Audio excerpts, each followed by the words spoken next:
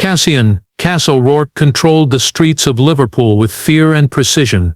Rena Vasquez ruled the supply routes with ruthless cunning. And Elias Fordy moved millions of pounds in the shadows, invisible but untouchable. Together, they fueled an empire built on drugs, violence and betrayal, a multi-million-pound shadow economy that thrived while the city slept. But when loyalty cracked and secrets surfaced, the delicate balance exploded, leaving lives destroyed, neighborhoods in chaos, and the city's darkest underworld exposed like never before. Liverpool's waterfront had always been a city of contrast. The red brick warehouses lining the Mersey River told stories of maritime triumphs and industrial decline, of fortunes made and families broken. By day, the waterfront bustled with tourists, taking photographs, commuters hurrying to work, and fishermen bringing in the morning catch. By night, however, the same streets transformed. Shadows lengthened over cobblestones, and the docks, once a symbol of prosperity, became the veins through which the city's darkest trade flowed. At the heart of it was Cass O'Rourke. Few knew him by more than a whisper, a name muttered with a mixture of fear and grudging respect. Cass had grown up in the northern districts, where unemployment ran high and opportunities ran thin. He had learned early that survival required cunning, and ambition required ruthlessness. By his late 20s he had worked his way up from petty theft and small-time dealing to oversee a network that stretched across the city's east and south ends. To outsiders he seemed almost invisible, blending in with the night, unnoticed by most.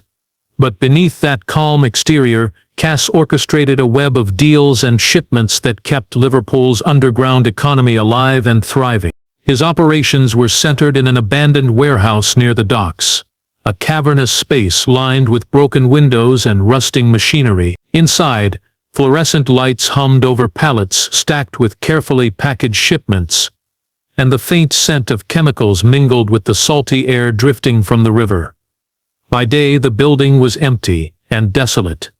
By night, it transformed into a hub of activity. Vans arrived quietly, their engines low, and figures in hooded jackets moved swiftly, counting, weighing, and packaging. The noise was minimal, but the tension was palpable. Everyone knew that a single mistake could mean death. Cass was not alone in running Liverpool's shadow economy. Above him, controlling supply chains with a brutal efficiency, was Rena Vasquez.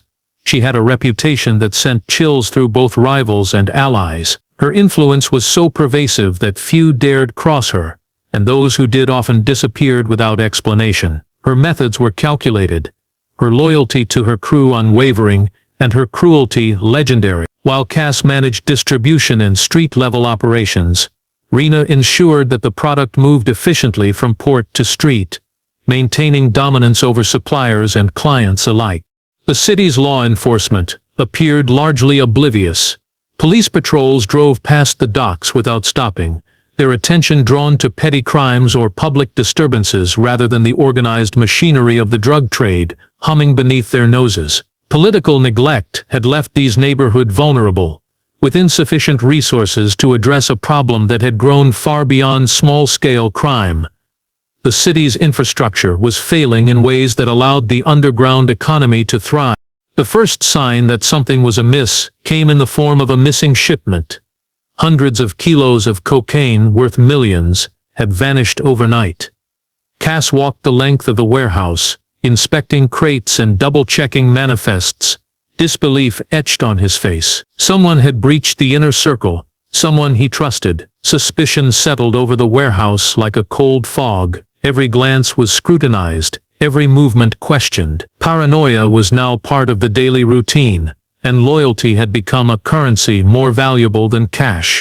As tensions rose, the consequences of the trade became impossible to ignore.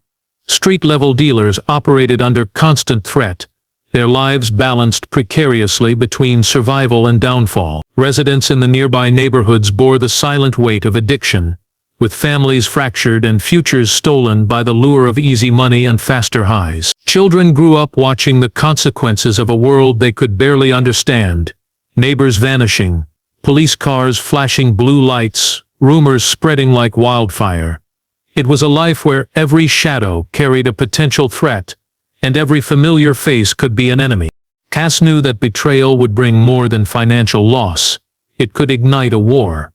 The docks, quiet and still in the early hours, would soon echo with violence. The city that thrived on the energy of its past glories now faced a darkness that moved unseen, silently, like smoke drifting through the streets. And as the fog rolled off the Mersey that night, the Red City held its breath, unaware that a conflict was about to erupt that would shake the foundations of its shadow economy and change lives forever. Behind every street-level deal, every exchange on Liverpool's darkened corners, there was a system few ever saw. While Cass managed distribution and Rena controlled supply, the real engine of the city's underground economy hummed quietly in the hands of Elias Ford. Unlike the flashy violence and visible power struggles of the docks, Elias operated in shadows built from numbers, spreadsheets and encrypted accounts. He was a man who spoke softly, almost imperceptibly, but whose influence stretched through the veins of the city's illicit wealth like electricity. Elias had once worked in a legitimate shipping firm, handling invoices and freight schedules. His transition to the criminal underworld had been gradual, almost imperceptible. First, it was casual advice on moving money without drawing attention. Then, small-scale bookkeeping for a local crew. Within months, he had become indispensable.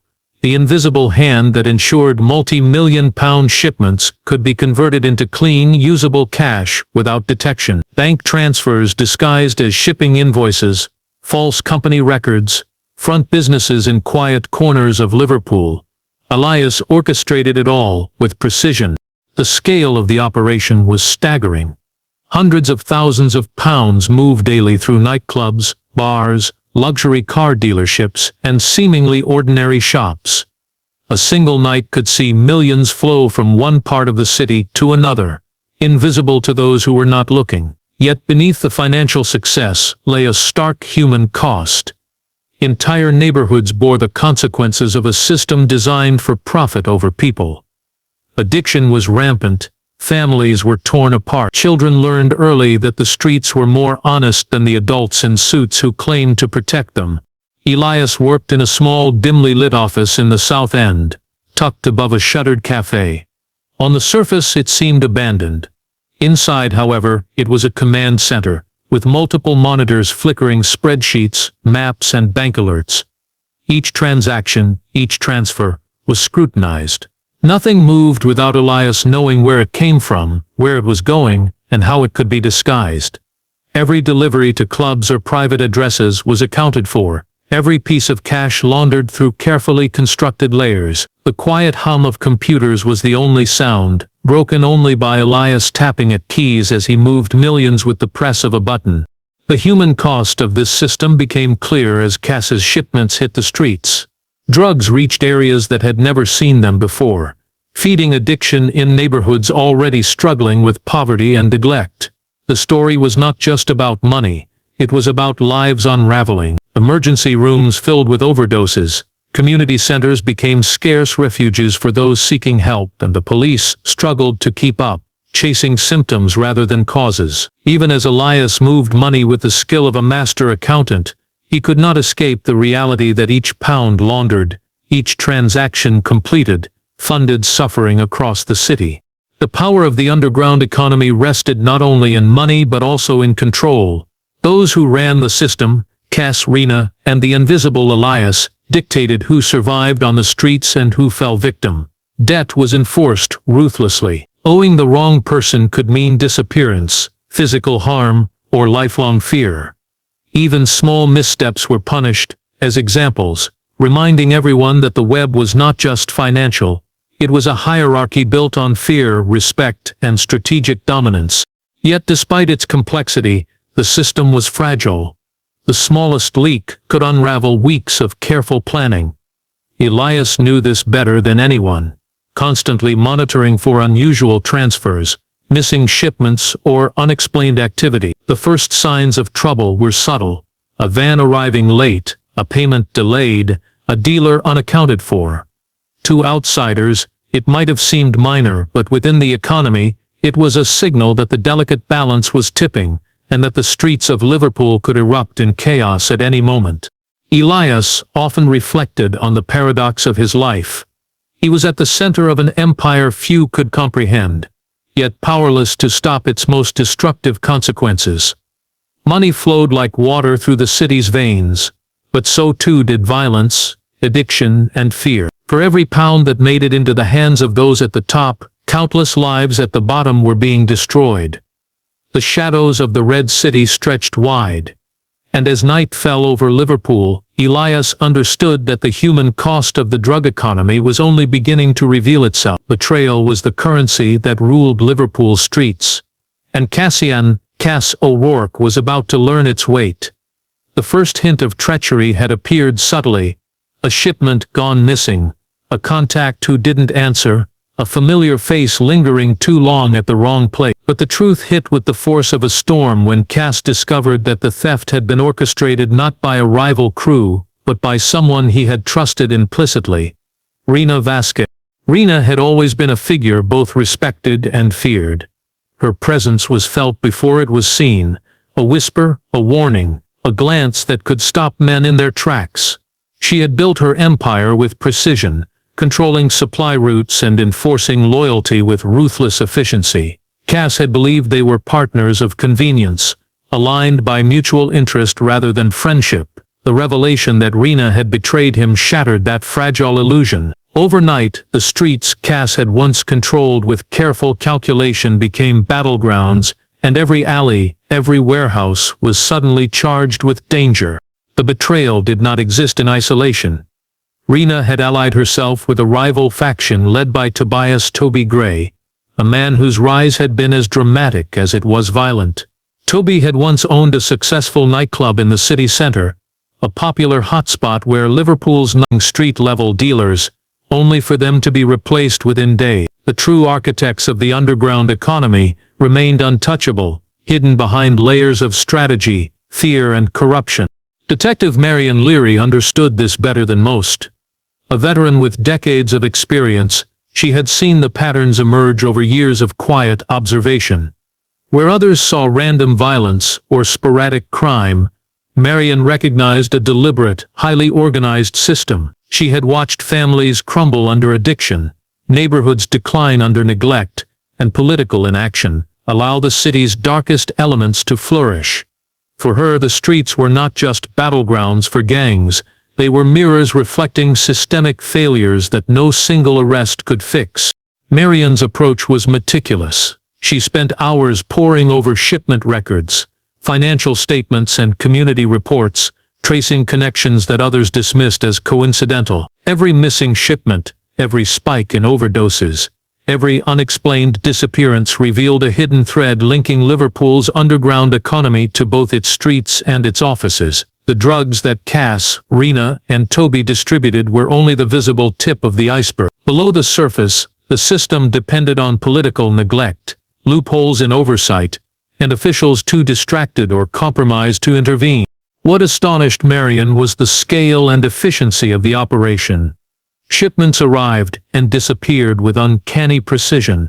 Money flowed through legitimate-looking accounts, passed through front businesses and luxury purchases, before returning as clean, usable cash. The system was self-sustaining, almost immune to traditional enforcement. Arrest a few low-level dealers, and the network would adjust, reroute, and continue. The people most affected, addicts, vulnerable families, and low-income neighborhoods, were left to bear the consequences, while those at the top profited with impunity. Corruption, subtle and pervasive, added another layer of complexity. Some city officials turned a blind eye to the docks, either for personal gain or political convenience. Budget cuts left the police understaffed and under-equipped, with entire neighborhoods receiving only sporadic attention. Public services, already stretched thin, failed to address the root causes of crime and addiction, allowing the underground economy to flourish like a weed in neglected soil. The system was protected not just by secrecy but by systemic weakness, a vulnerability that Cass and his rivals exploited with ease. The human consequences of these blind spots were impossible to ignore. Entire families were torn apart as addiction spread through communities. Children grew up seeing violence as normal, learning early that survival meant avoiding trouble or aligning with the wrong people at the right time. Public spaces, once centers of community and culture, were now battlegrounds where deals went down in plain sight, and fear dictated daily life. For many residents, the Red City had become a place where hope was scarce and danger was routine. Marian also recognized that technology and anonymity had amplified the problem. Encrypted communications, coded transactions, and offshore accounts created barriers that traditional policing could not penetrate. Cass, Rena, Toby, and Elias exploited these tools to shield themselves from scrutiny, leaving law enforcement to rely on human intelligence, a method fraught with risk and delays. Every piece of evidence she gathered required painstaking verification, and even then, she knew that arrests alone could not dismantle a network so deeply embedded in the city's social and economic fabric. The deeper Marian dug, the clearer it became that Liverpool's shadow economy was not just surviving, it was thriving. Every weakness in governance, every neglected neighborhood, every unmonitored transaction fed its growth. Cass, Rena, and Toby were not anomalies. They were symptoms of a system that had allowed power and money to concentrate in the hands of the few, while leaving the majority exposed to danger. The police could respond, intervene, and arrest, but the city itself had created the conditions for the underground economy to flourish. By the time the fog rolled off the Mersey in the early hours, Marian could see the patterns etched across the city like scars. Liverpool's streets, warehouses, and docks were not just battlegrounds for gangs. They were testaments to systemic failure. The shadow economy had survived years of neglect, and its reach was only expanding. The city slept fitfully under a fragile calm, unaware that the forces shaping its future were already operating in plain sight. Invisible, but unstoppable. The streets of Liverpool had changed. The fog that rolled off the Mersey carried a weight heavier than moisture.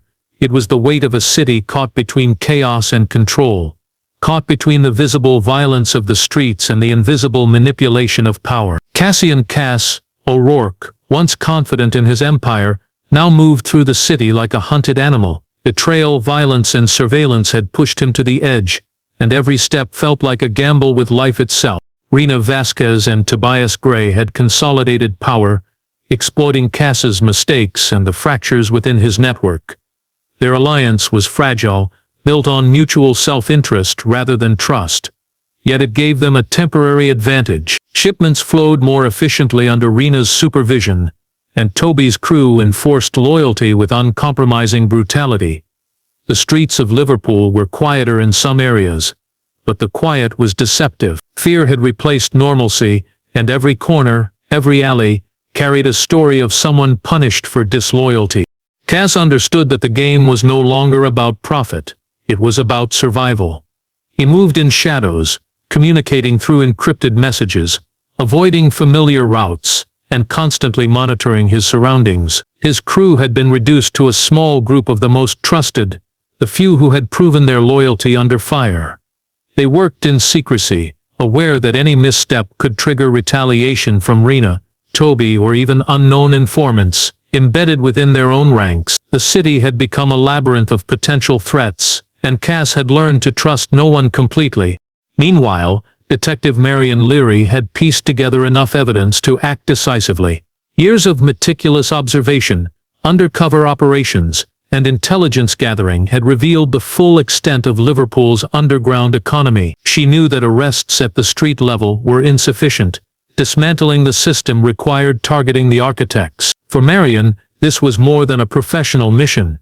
It was a chance to give the city a fighting chance, to protect communities that had borne the brunt of the drug trade for too long.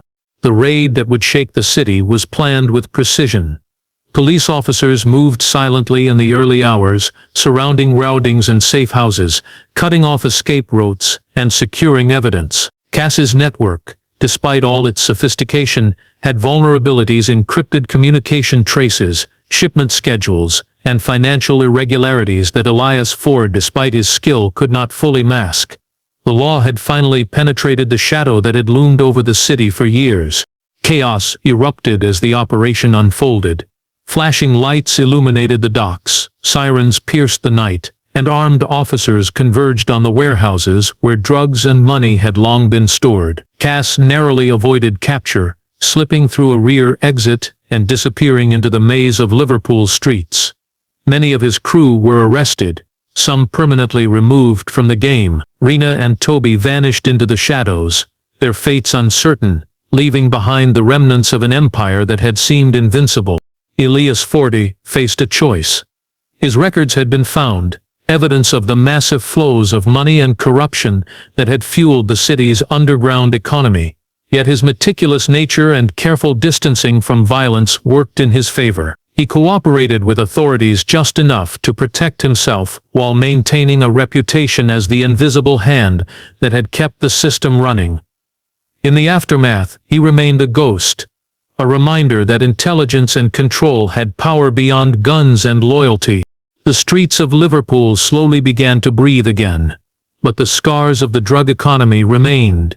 Empty warehouses, abandoned homes and communities fractured by addiction stood as silent witnesses to the years of neglect and violence. Police patrols increased, and community programs attempted to rebuild trust, yet the shadow of the past lingered. The city had survived a storm, but the lessons were clear. Systemic neglect, political inaction, and the allure of quick wealth had created vulnerabilities that could be exploited by those willing to navigate the darkness. Cass's empire had crumbled, but the game continued in whispers and shadows. New players would inevitably emerge, drawn by the same opportunities, the same weaknesses. Liverpool's story was not one of closure, but of cycles, cycles of power, betrayal, survival, and adaptation. The red brick city had endured centuries of change, yet beneath its surface, the struggle between control and chaos persisted. By dawn, the Mersey reflected the first light of morning, calm and unassuming, hiding the turmoil that had consumed the city during the night. Liverpool had survived its own shadow economy, but its lessons remained etched in every street, every family affected, and every corner where power and violence had once ruled unchallenged. The city was alive, scarred but breathing, a testament to resilience and the fragile balance between